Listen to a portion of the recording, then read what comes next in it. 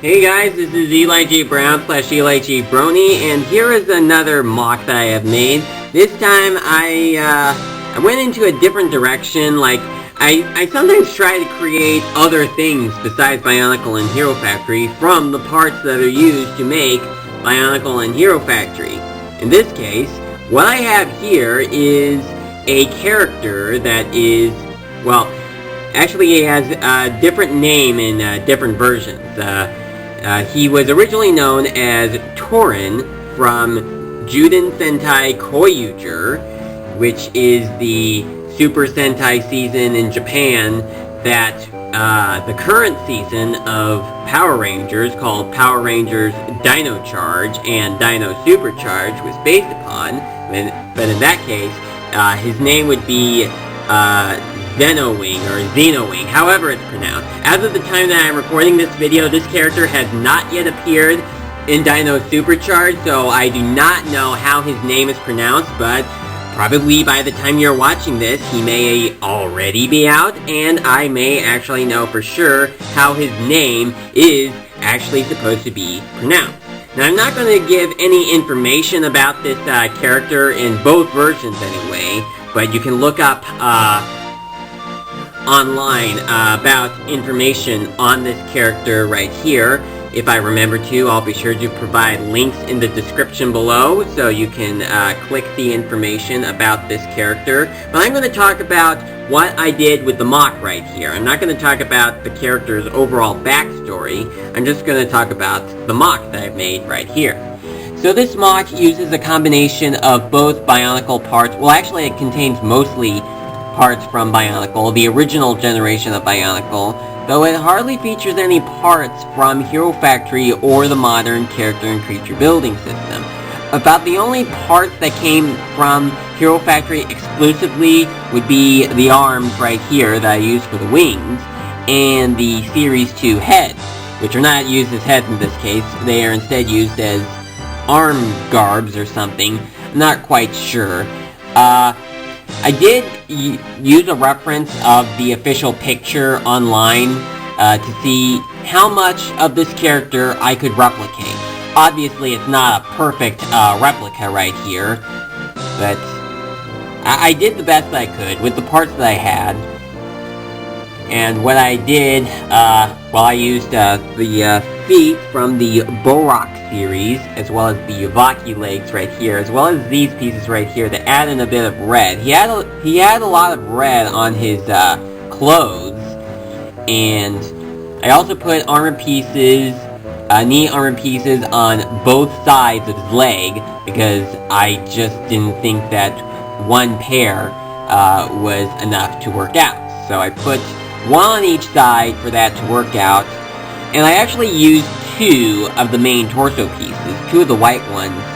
Oh, and I also noticed that I forgot to add in a couple pieces on the back right here, but I'll be sure to do that when I get done reviewing this, because they're just a little thing that I forgot to add on. No big deal, right? To add in a little more red to his costume, well, not costume, his clothes, I did add in as much of these pieces as possible, such as these bowl cut pieces down here, and they're actually broken pieces. The actual hole on the top broke off, so I just used them in this fashion because you can't even see them anyway, so that works out pretty well.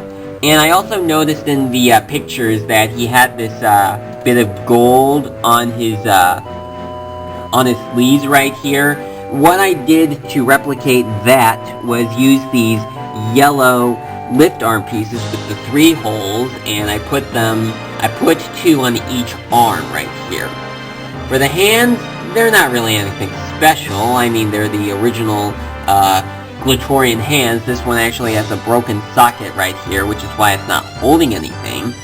The one on the right hand actually is also with a cracked socket, but it's not as serious as that other one, which is why I'm using it over here and not over there. And something I've also noticed is that one of these gray pieces is actually an older gray piece compared to the new gray pieces. I may switch those out as soon as I get done with this video right here. Speaking of the sword, what I used for the sword were these, well, you can pretty much see what they are right there. The sword piece right here is from the the Knights Kingdom sets that came out sometime in 2002 or 2003. I'm not really sure. I'm not an expert in that. For the wings, well, what I got here for the wings is I used the Hero Factory arm/leg pieces right there. I could have made them bigger, but this was pretty much the best that I could do. And I did add in these pieces that came from the Surge and Raka combat machine from the Invasion from Below series. Then, we're going to get onto the head. I'll lower it down. For the head, I used a Borak foot, a blue one, for the head. For some reason, I only have one of them in my parts bin, so I decided to use it for this. I originally was going to use a original Toa foot, but that didn't work out. I apparently also have only one of those in my parts bin as well, and I do not know why. I don't know what MOC I could have used one single foot for. Oh well.